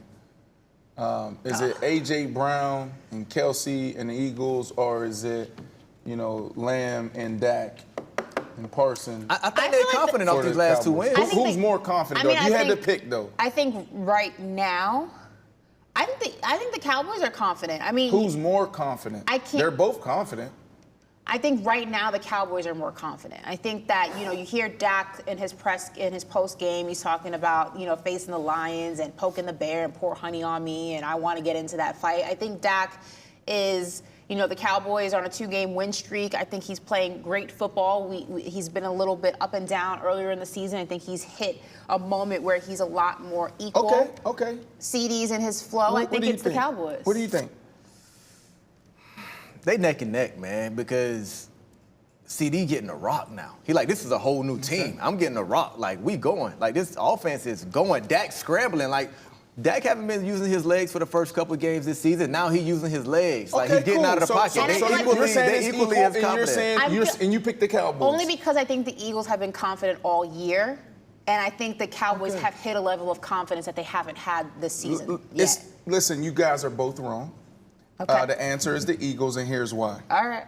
There's a difference between having the mindset of we want to win a Super Bowl and the mindset of we want to go to the Super Bowl. The Eagles, they know their identity. They've been in this flow for 2.5 years. Mm-hmm. They still got that nasty taste in their mouth of losing when they feel like they should have dominated the Chiefs. And on paper, and then when you look at the game plan, how things started too, they should have dominated the Chiefs. But Mahomes Mahomes and Kelsey got magical at the right moment. And their defense played better than they thought they would. Okay? So this team has been living in their truth for 2.5 years. And they're still winning at a high level. And then you got the Dallas Cowboys only been in this space for 2 weeks. This game is going to say a lot. I think the Eagles, man, and that guy Lee and their mindset is just totally different. It will be a good game, but I got to give the edge to the Eagles. Why do you think that because the Eagles went to the Super Bowl and lost, that adds to their identity versus the Cowboys, who are always picked to go to the Super Bowl and for some reason always lose? I was going to drink that. I am, but I'm about to answer your question with this. Go ahead. Because they get blown out they don't get blown out, but they lose to the 49ers. to prevent them to go far in the playoffs last season. They lost to the Rams the year before that. They're always in the conversation, and they're never able to get the job done. Why do you think that they don't have the biggest chip on their shoulder to prove everybody wrong? Okay, let me do this right here. And just this is like a parable almost, right? I think it's a parable. But my examples, y'all always have out examples. So I'm giving a little disclaimer. I feel like it's not going to be a good one. This is a disclaimer that I need you guys to really go here with me so I can answer your question and be quick. All right, Ashley, catch this. I'm going to throw it up high. Catch it. You ready? Oh, wait. You ready? On, go. You ready? Yeah. All right. Good job. All right. Now what? Now give it back. So we're on national TV. Some people get nervous, right? I never did this before. That feeling, that uncertainty, that anxiety of, we got to make it to the Super Bowl. I got to catch this with the lights on me. Even for a wide receiver, it's Thursday night football. 70,000 people live, 4 million people watching. I got to go ball against you. Who's going to come down with it? When you do that for the first time, when you're in that situation for the first time, it's like you got the butterflies, you're nervous. But once you do it and it becomes routine, that shit's easy. Now you're thinking about different things. You're not thinking about what the Eagles are thinking about is totally different what the Cowboys are thinking about because they already been there, already done that. But B, you think the Cowboys care about what the Eagles think about? How was my example? That was. It was okay. You ain't never. It was decent. I see where you were going with it. But do you think the Cowboys care about what the Eagles are thinking? I'm so sorry. No, I was impressed. I wasn't impressed. I wasn't impressed. Sorry, cool. B. I was impressed too. You thought I was going to drop it? I didn't know. I didn't know. Ashley had the nails on. I didn't know what to expect. But the Cowboys don't care about what the Eagles thinking. This is a division game. They won the Super Bowl last year. The Cowboys, y'all went to the Super Bowl last year and we whooped y'all last year. So why is this game different? Right? This is a division game. We coming into your spot. Y'all beat us at home last year, but now we gonna let you know that this wasn't a fluke, right? That we beat y'all once last year, we split. We coming to beat y'all in y'all house. This is the first meeting. You don't think they gonna come in here and just want to bash the Eagles, and they don't care about what the Eagles thinking about in long term? Not only that, B-Flow, but real quick, Brandon, before you answer that, we're talking about the Dallas Cowboys who play on a national stage more than any other professional NFL team. They're always in the headlines, good, bad, and different. There's a different spotlight on this team. There's nothing that makes them nervous. But here's the difference, though. When you go into those deep waters in the fourth quarter, okay, and you got the championship pedigree, and you guys are searching for. They don't have a championship pedigree. They didn't win it. They won an NFC championship last year. That don't count. That don't count? Okay. Count. Well, I would say they got that mindset, right? And so then in the deep waters, some dudes expect to win, and some dudes are hoping to win, right? So I think that's the difference. But this game will tell. I'm just saying they're there already. We know who they are. We don't know who they are. This is the game. These are the type of games that show us. I think it's going to be a really good game. I wouldn't be surprised. If they do win. But because it's so much, there's a little gray. I wouldn't say a lot. A little gray. I'm going to go with the guys that was there before. Well, listen, we shall see. And I think that the fans want us to place a little wager on this game. Like I said, that I planned on doing because it's a big game. I don't know what side Brandon's going to be on. I thought he was on our side, so I may have to make the bet with B-Flow. We'll figure that out as it gets closer to the Eagles and the Cowboys playing each other. But we're going to switch gears a little bit and talk about another team in the NFC. And B-Flow had this guy in his top 10 quarterback list, and he yanked him out, and he may be out for good because Brock Purdy and the Niners are continuing to struggle. They lost again, making it 3 in a row. This time it was to the Cincinnati Bengals at home. Now, Purdy had another bad performance, but teammate Fred Warner said that after the game,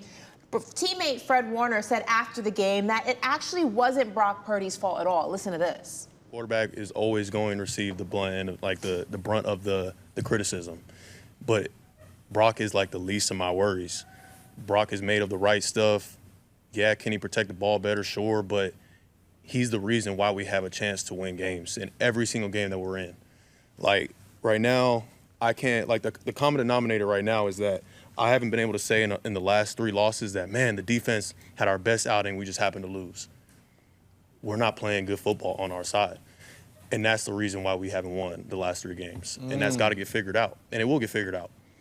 Well, listen, Fred Warner told no lies. The quarterback gets all the blame and the quarterback gets all the glory. But speaking of the quarterback, there was a lot of conversation on Twitter after the Niners are handed their 3rd loss. Their last win came against my Dallas Cowboys in that blowout game. And ever since then, it's been L after L after L. And the conversation everyone is having this morning and all of yesterday is if the 49ers kept the wrong quarterback, and the right quarterback is currently backing up Cooper Rush and Dak Prescott in Dallas. Of course, I'm talking about Trey Lance. So, B-Flow, I'll start with you. I mean, Trey Lance never really got, I feel like, a fair shot in San Francisco. Obviously, he was plagued with injuries, the Jimmy Garoppolo saga, then Brock Purdy, then he loses his job to Brock Purdy. This was supposed to be his team. Did the 49ers buy too high on the Purdy stock and not give Trey Lance, the guy that they drafted, the guy that they moved a lot of pieces around to get, an opportunity to really see what he could do within this 49ers offense? It's tough. Because I want to rock with Purdy. Purdy did his thing all last year in the playoffs. I just knew he was going to do his thing, but he's not playing well right now. He's turning the ball over. That's the biggest thing out of this whole little charade that's going on in San Francisco. If he wasn't turning the ball over, like, it wouldn't be an overreaction like it is now. Because I don't think the 49ers are playing well as a team. Their defense ain't playing ball at all. They're giving up all these big plays. They're not getting the ball back to their offense like they usually do. So it's almost like you can't just blame Purdy. Even though he's not playing well, their team isn't playing well. Since Debo went out, this team hasn't been the same team. Now, when Debo comes back, I can see this team getting back on the same page. The only thing I do have a problem with is that Purdy still have enough. He still got Kittle. He still got McCaffrey. He still has, can't pronounce his name, at receiver. Want to help me out? You talking about the 49ers? Yeah. I forget his name too, bro. I know his name. I can't pronounce it. I don't want to mess it up. My fault, bro. I'm going to get it right for you. But he's a great player. He is a great player. So Purdy has enough to get it right? Brandon Ayuk. There you go. Brandon Ayuk. So Ayuk can get busy on the outside. Kittle is your safety blanket. You can still got McCaffrey. You got to make it happen with that. At the end of the day. Debo, yes, he's a big part of your offense. But at the end of the day, Purdy, you have enough. I think he know he got to play better. And if he don't play better, like, it's going to be a disappointment because everybody looked at the 49ers like this should be a Super Bowl or bust. Like, nobody had really, you picked the Cowboys, but you want to go back on that so many times. Before this 3-game skid, before this 3-game skid, everybody said the 49ers was so much better than the NFC, right? Because the Eagles were starting off slow. But now it's like, are the 49ers even in your top 5, right? So Purdy definitely got to stop the turnovers. I think I'm not going to overreact and say the 49ers are in trouble. And I'm not going to overreact and say they got rid of the wrong quarterback. I just think they have to figure out how they're going to be successful without Debo right now. Still top 10? Nah, you out of there. Is Dak in? Dak in. Okay, cool. Dak in for sure. Wow, B. What's the wow What about? I'm about to say. He said, what's the wow about? Because this is football. Because you played in the league 10 years at an extremely high level. Yeah. This is football. We're trained to not be too high, so when we win, don't hang from the rafters, and when you lose, don't drop your head. That's when you plan. I'm part of the media now, so I can make these assumptions. I understand that. I guess for me, I'm looking at this like, this is football. If I had to put a theme around this, it'd be like, this is football. What is football? Football is everything ain't gonna go your way, and you're gonna have moments like this where you have 2 or 3 bad games in a row, or not your best outings. The best of the best have done that, right? Last year, Patrick Mahomes went on a little stint where he was turning the ball over and he wasn't playing too hot. You're right. And then he figured out a way to get back on track. So what's also part of football is for, us to, analyze and over dissect what's going on, and fans to say, trade him. He's done. Cut him. We picked the wrong guy. But I go back to last year. Phenomenal. He played last year, bro, what he did. 105 quarterback QBR rating. And then this year he's on track to do the same thing. Last year was 107. This year he's at 105. It's a little lower because of the last 3 games. Against the Cincinnati Bengals, 94. Minnesota 81 rating. I don't even know what this shit mean, to be honest. 55. I just know if the quarterback's playing good or not.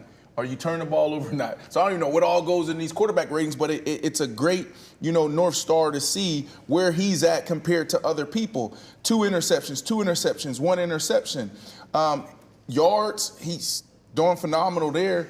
My biggest thing is I'm not going to be like a casual fan right now or an overreacting coach or player, because sometimes you get a couple of them too. I'm riding out with Brock Purdy. He showed me his magic. He showed me he was in top 10. B, you just had him in the top 10 last week. Yeah, I agree that he's the guy, but he's not top 10 right now. Dak playing ball. I got to put Dak in there. That's all I'm saying. Should have had him in there to begin with, but I digress. Y'all, I understand this is ball. The lane that I'm going to choose to go down for the rest of the season is this might be a good thing for Brock Purdy, right? He comes out hot his rookie year, boom. Then his second year he comes out, he's playing really good ball, come out hot again. He shows everyone that he's not just a one-hit wonder. Now we get halfway through the year, he has some bad moments, and now we're ready to write him off. Now we're saying Trey Lance is the guy. Do y'all remember what happened with Trey Lance the last time he was out there? How he was looking, how he was looking in preseason and postseason? In all fairness, he hadn't played with that team at all. That was his second or first time even playing with. I mean, I know it's easy to double down on Trey Lance and say he's not the guy, but we really don't know whether or not he is the guy. You have to look at his entire tenure. He's either been hurt. Jimmy Garoppolo comes in. Garoppolo comes in. Then it's reported that Jimmy Garoppolo is going to be traded because Trey Lance is the guy and they can't have Jimmy Garoppolo in the locker room. It's not good for Trey's development. Then Trey gets hurt. Brock Purdy comes in. Brock Purdy balls out. Brock Purdy then gets the starting job over Trey Lance. So Trey Lance ultimately has had 2 games, maybe 3, with this 49ers team. We have no idea if this was the guy. Now, I'm not saying that he is. I'm not saying that he isn't. All I'm saying is that it's unfair that this narrative about Trey Lance exists when we've really only seen him play 2, maybe 3 professional games with the 49ers. How do you make an assessment over that? Practice, preseason games. You, Brandon, you know for a fact, practice is not a game. It's a different level of intensity. It's a different flow. It's not even, you can't make a true gauge on if someone's a NFL franchise quarterback unless they're in an actual game. He'll get an opportunity to show us again, but like in the NFL, it's either now or never.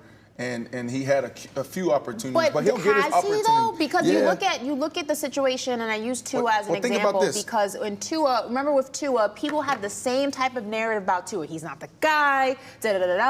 Well, Tua got to a Miami Dolphins team that was still building. They had all those picks. They didn't look nearly what they look like now.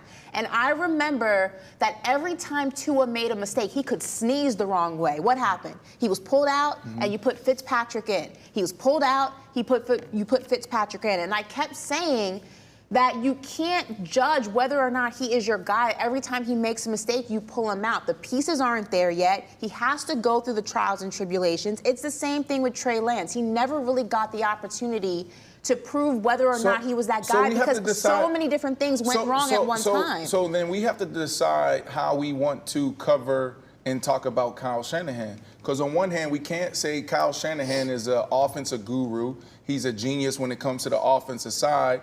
B, you just said it earlier in the show.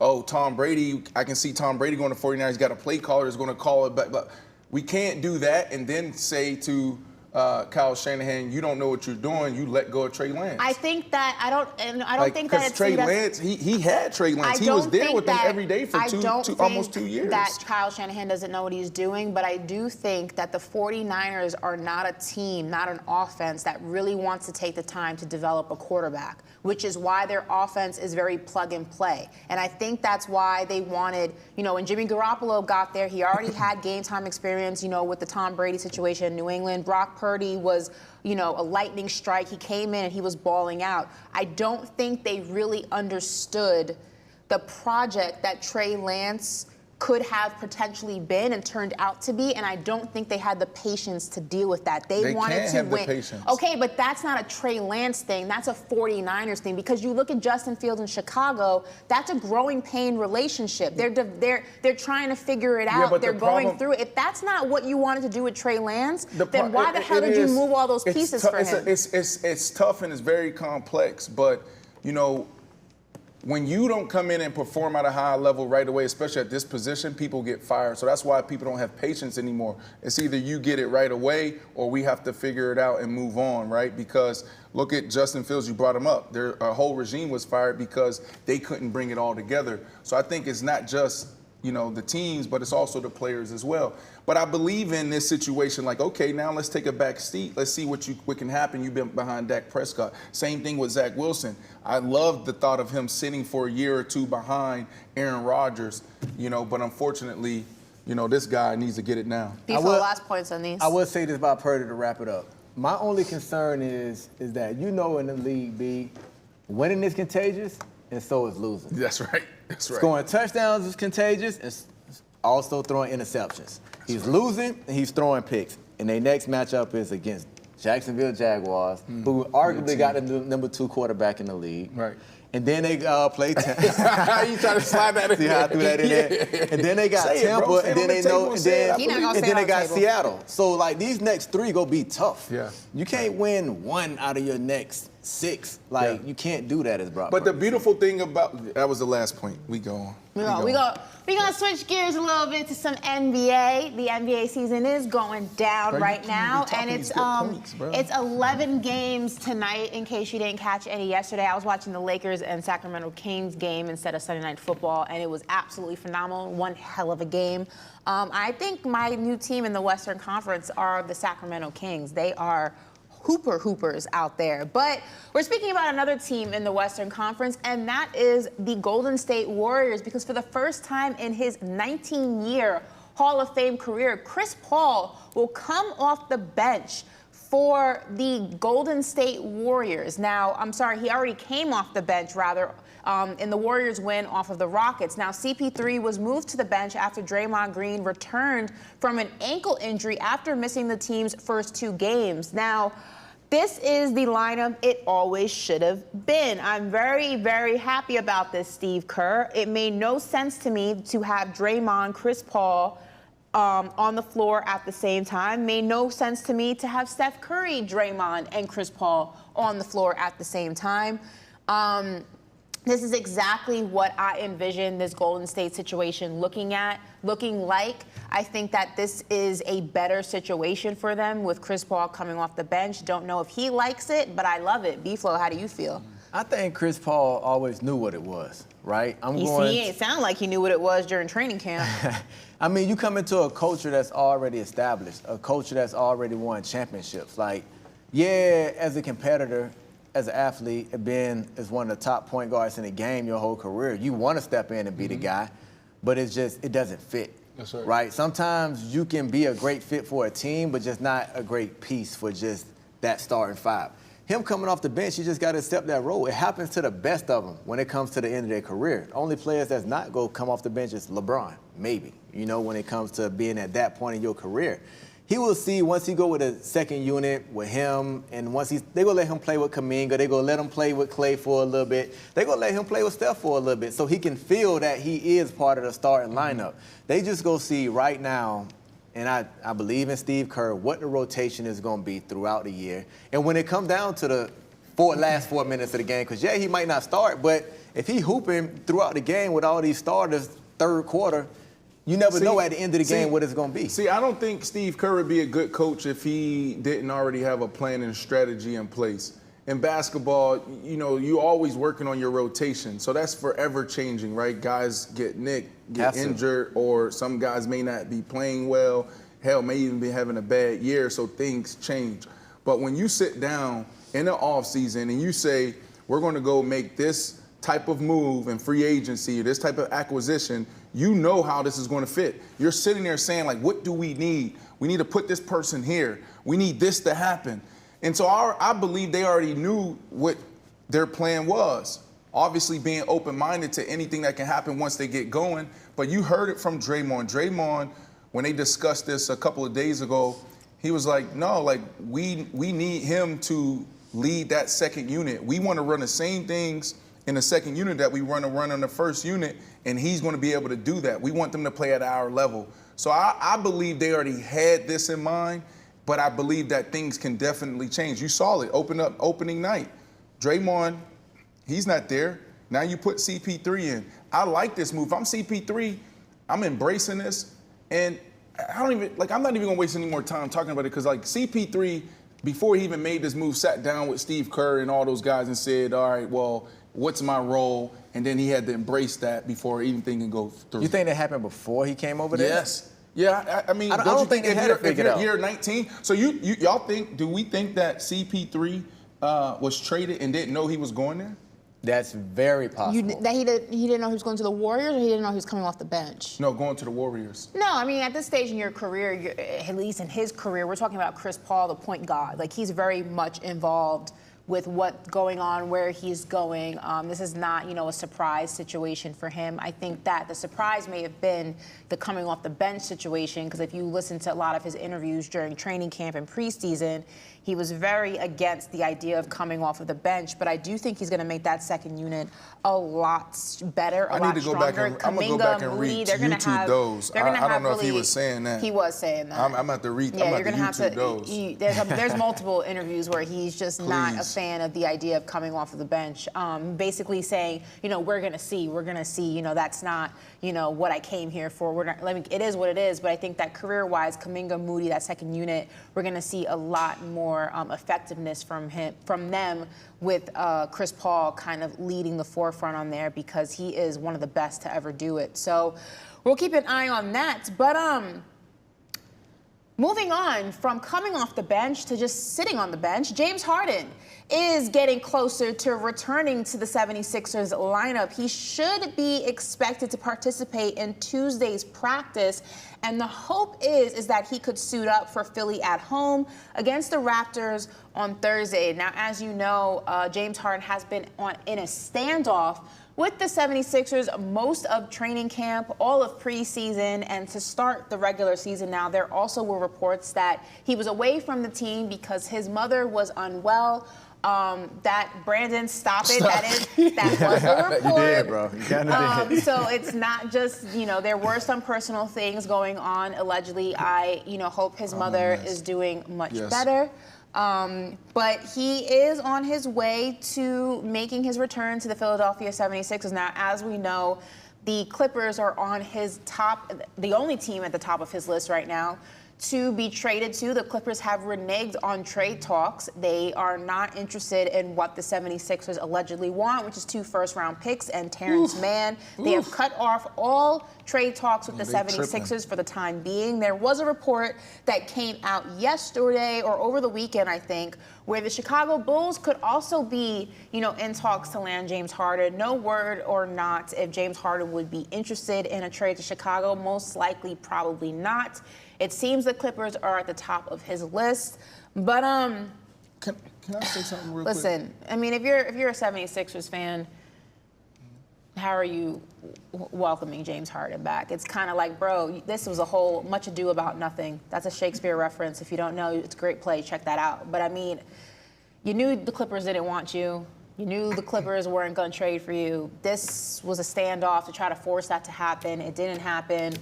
It was a waste of preseason. It was a waste of training camp. It was a waste of the start of the season. And now you coming back and we're just supposed to let bygones be bygones. I don't know. I guess I'm not that nice of a person, because I would be a little annoyed with him, just a little bit.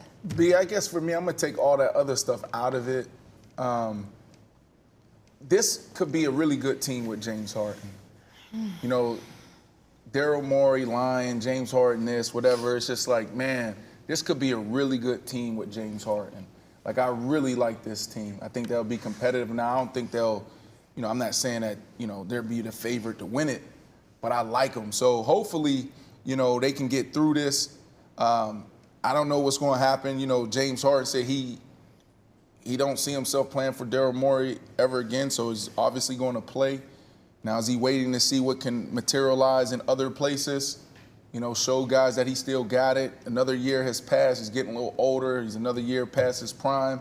Or embracing it, saying, you know what, it is what it is. But this could be a really good team with the right James Harden in the right mental. You know what? If I'm the fan base, he just got to ball. If he ball and, like you say, he fit in and we got a good team, like everything else, that should have been behind closed doors anyway, right? Like, I'm not going to harp too much on that if I'm a fan. You think the fans are going to be just all, like, hunky-dory with him? If they come back and they win by double digits. You want to talk about New York fans. Philly fans are going to give him the treatment. Right. I don't think he'll get booed coming out of it. You don't think so? No. Now, if he have a bad game, they might boo him. They booed Ben Simmons out of Philly for wanting to leave. You don't think they're going to boo Because he wouldn't even play. At least Harden, like, I'm going to come and drop. James Harden didn't play at least be on the court. Of the season. He's going to be on the court and go drop 35. My thing is, he has to ball. Because if he doesn't, that's when the boos go occur. And he kind of don't want to be there anyway. So he'll be like, all right, y'all want to boo me, then I don't really care. I guess for me, the confusion. They'll boo him. They'll boo him the first game. This was idiotic. Because it's like, if you are so against, this is how I know for James Harden, it's always about James Harden first. Because if this was really you standing in your conviction and not wanting to play for Daryl Morey, and Daryl Morey is bad, and again, I'm not arguing the fact that Daryl Morey probably told him the sky was blue and then changed around and said it was green. I think he's a dishonest person. But you stood so heavily in this conviction for months. And now that you know what everybody's been telling you, and that is nobody is trading for you, now it's like, well, I ain't going to lose out on this money, so let me just suit up. But what version of James Harden are you actually going to get if he does not really want to be there? Because I don't believe he just had an epiphany and now he really wants to play for the 70s. Well, I think how he feels is how he feels, but he knows his hands are tied. So my question is, what version of James Harden are you going to get? Because you've seen him in situations where he's actually wanted to be, at least for the time being, where he wanted to be, and he half-asses it. What are you going to get from James Harden in a situation he really doesn't want to be in, but he also doesn't want to get fined? He's a hooper. He go do him. Like, he's kind of like Kyrie. Okay. When Kyrie was like, yeah, I know everybody ain't feeling me, but when I get on the court, you know how it is, B. Like, all the distractions you have in the real world, once you get on the field, it's like all of it go away. Now you doing what you love. Like, it doesn't matter if you ain't feel like being there throughout the whole year. Once you get in the locker room and you joking with your boys, it's like, all right, it's game time. You still playing you might for be Daryl going Morey. from a different place. You might be pulling from a different place. That's why I said, like, he could be going out there and his mindset might be, because what he might be hearing, because I disagree with you, Ashley. There's a game within the game, and players and agents, they're talking to each other. So he knows his market. Just because we may not know his market, he knows if there's a team that wants him or not. It's not the Clippers. I would say we don't know that. Because just 3 weeks ago at my kids' volleyball game, I'm talking to somebody close to the situation that I was talked to, 2-3 years ago when he left Houston to go to another situation, to the Nets. And they're like, no, they want him, but not for what they're asking for. So then they don't want him. No, they do want him. It's a game. It's a game. It's like, we'll patiently wait. Like, they may not need him right now. But Brandon, think about what you're saying. I know what I'm saying, but it's a game. It's just like Aaron Rodgers. The example is Aaron Rodgers and the Jets and the Packers. The Jets wanted them, but Aaron Rodgers and the Jets didn't want to give up all that the Packers was asking for, so they patiently waited. Let's keep it in the realms of NBA, though. But it's the same. Let's talk business. about NBA. It's the business. The Cleveland Cavaliers wanted Donovan Mitchell. Okay. And they got Donovan Mitchell. And Utah got a lot for Donovan Mitchell. So let me ask you a question. Can you want somebody but say, I can wait? Look at Rudy Gobert. It's just like a car. Let's go to another analogy. Like a car, like, okay, I'm going to wait for this car. I'm going to go get it. I'm going to wait for somebody to buy it. Then it's going to be used. The value goes down. No, but what I'm saying is that this house is on the market, but the house they're asking for way too much. Let me wait and see where they're at What in I'm 3-4 saying months. is that we have seen time and time again when a team really wants a player, they move heaven and earth. Look at freaking Deshaun Watson. They paid him $260 million of guaranteed money. Yes, the Clippers don't want James Harden bad enough, because if they did, they would have figured out a way to trade for him. But that's not what we're talking about. Yeah, I think they want him, but they just don't want him bad. They're not going to give up everything for him, but it was like, work with me. I'll take him. It's like, if I can get him at a discount, but I'm not going to pay full price for him. But that means you don't want him bad enough. You don't need him, because if they desperately needed James Harden or believe that they needed James Harden to go to the next level, he'd be in a Clippers uniform. Did the Jets want Aaron Rodgers bad? Yes. And the Packers asked for so much. They end up, so the Jets waited, and the Packers got less. It's a game. Both could be true. A team can go out there and say, I'm going to give you everything that you're asking for because I want it right now, or a team can wait. But the reality is, we don't know what's going on. There's so many things that happens behind closed doors that we as fans, we as commentators and analysts, journalists, we just don't know. We don't have all the details. So, we'll see how this thing plays out over the next couple of months. Like I said, I think this could be a really good team. If James Harden I think he's done in Philly, though. I think he just want to go ball to just have his trade stock. I think his trade stock is going to go through the roof if he go drop 25 a game. Like, somebody go say, I need that 20 on my team right now, right? Like, Morey don't want him there. He don't want to be there. Maxey kind of like, bro, you stopping my shine. Like, I'm getting busy right now. Like, so you can go if you want, even though they cool. So I just think once he goes and balls, and he knows that, and the team knows that, it's just going to be able they'll be able to move him easier. Yeah, it's going to be interesting. But we shall see. Listen, Thursday the Raptors will play the 76ers, so we will see whether or not James Harden is in a 76ers uniform for that game. And we'll know before then, because Tuesday, if he's at practice, it's a high possibility that he will be in the lineup for Thursday's game. But we're going to go back to football, because Monday Night Football kicks off tonight at 8:15 p.m. And we have it in the Motor City. That is Detroit, in case you didn't know. The Broncos playing? No, Brandon. The Lions are hosting the Raiders after getting just absolutely demolished by the Ravens in their last game. Guys, will Vegas get blown out by Detroit, or the Lions just angry enough to just go ahead and... Is Jimmy G out again? Do we know if Jimmy G Jimmy is G, out I believe, is playing. Then if he's out, they're going to get blew out again. No, I think he's playing. Okay, then it's going to be a decent game, and the Lions are going to win. Yeah, I still got the Lions to win this. And this is the best situation the Lions could have had, right? Losing the game so bad, being playing on primetime TV, right? So to put that good feel in everybody's heart, where it's like the Lions one of the top 5 teams. Like, they go get back there if they go and put on a nice showing tonight, in which they will. So you're a great bounce back game. Great Jimmy bounce back Garoppolo game. is in the lineup. He is playing. He's good to go. Yeah. You think it's going to be a good game with Jimmy G there? You don't think it's going to be a blowout? Oh, I think yeah, it's for gonna be a blowout. For sure. No, I don't think it's going to be a blowout. No, bro, it's hard. It's hard to blow people out in the NFL, which we are seeing it. We are seeing it, and we always see it. But majority of these games come down to one score. My blowout is 13 points, though. That's my NFL blowout. So 13? I like him by 13. Well, I like the under, boy. I'll take that. What you trying to do? Yeah. Where they playing at? They're playing in Detroit. I said the Motor City. Ooh. I'm going to stay away from it. I said all that to stay away from it. I only bet ones that I know I'm going to win. Yeah, that's a tough one. Yeah, 13. But let's mark that. Let's discuss tomorrow. I'm taking Listen, right the now under the on spread is Lions are the favorite at -7.5. The money line is Lions -375, Raiders +290, and the over/under is 46.5. See, I'll bet that 7.5, but not 13. 13 is what my heart's telling me. I'll take the under. On a 7? I say that the Raiders cover. I'm on the heater. Why would y'all pick against me? I just picked the Broncos to beat the Chiefs. I picked Detroit to lose to the Ravens. What's the saying? A broken clock is right twice a day. I didn't pick the Broncos every week. I didn't say that. I just picked them against the Chiefs twice. That's it. You low-key pick them every week. You low-key do pick them every week. No, I don't. We don't even talk about them like that. You don't talk about the Broncos like that? No, you talk about the Broncos. You don't want me week. telling me, oh, Brandon's bromance, Russell Wilson, da-da-da-da. You don't talk about the Broncos every single show? Huh? Russell Wilson, the most winningest quarterback. You might have picked him every week, bro. Yeah, I say the same thing. Through 10 years, the most winningest quarterback. Because you started from What week y'all going 2. to say? What are y'all going to say come week 15, 16, and Broncos is right where they should be? Right there about to move into the playoffs.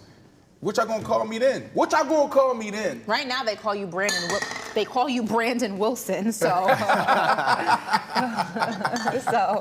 Brandon Wilson. All right, I'm taking the under. All right, we're gonna make a bet. Well, listen, guys, before we head out, we want you to stick around because Brandon has a very interesting sit-down with the cheetah himself, Tyreek Hill. That is premiering right after this show ends. So do not move when this stream ends. We're gonna roll right into that. Brandon, we got about 60 seconds left. Anything you want to tell us about this sit-down with Tyreek Hill? Well, the biggest thing, we just talked about him, right? This journey to eclipse 2,000 yards, first time ever at the wide receiver position. He's the best in the business right now. Business is booming for him. You can see the joy when he's playing, but who are you outside of that? You know what I mean? Like seeing some of our elite athletes, our best athletes in a different space, to me is really fascinating. And you see that. We do talk about ball, but to hear him talk about his grandma and his grandpa and you have to watch it, but I'm like, what keeps you up at night? So that it was a real conversation. I'm excited for it. Well, listen, for everyone here at Paper Route, if you're listening on Sirius XM Faction Talk 103, we thank you, and we want to remind you to check out all the craziness that happens behind the scenes on the I Am Athlete YouTube page, and all of our live streams are up there for myself, Ashley Nicole Moss, Brandon Marshall, and Brandon Flowers. That does it for us here at Paper Route. We will see you tomorrow on Halloween. It is going to be a very special show. We're going to all be in costume, so you don't want to miss that. I'm going to wear your hat right there. You're going to have to get it from me first. So you don't want to miss that and see what we all come as. V-Flow says his is a surprise. Brandon still doesn't have his costume, so we're going to see what he puts together. Walmart, here I come. But like I said, stick around for Brandon Sit Down with Tyreek Hill coming up right now.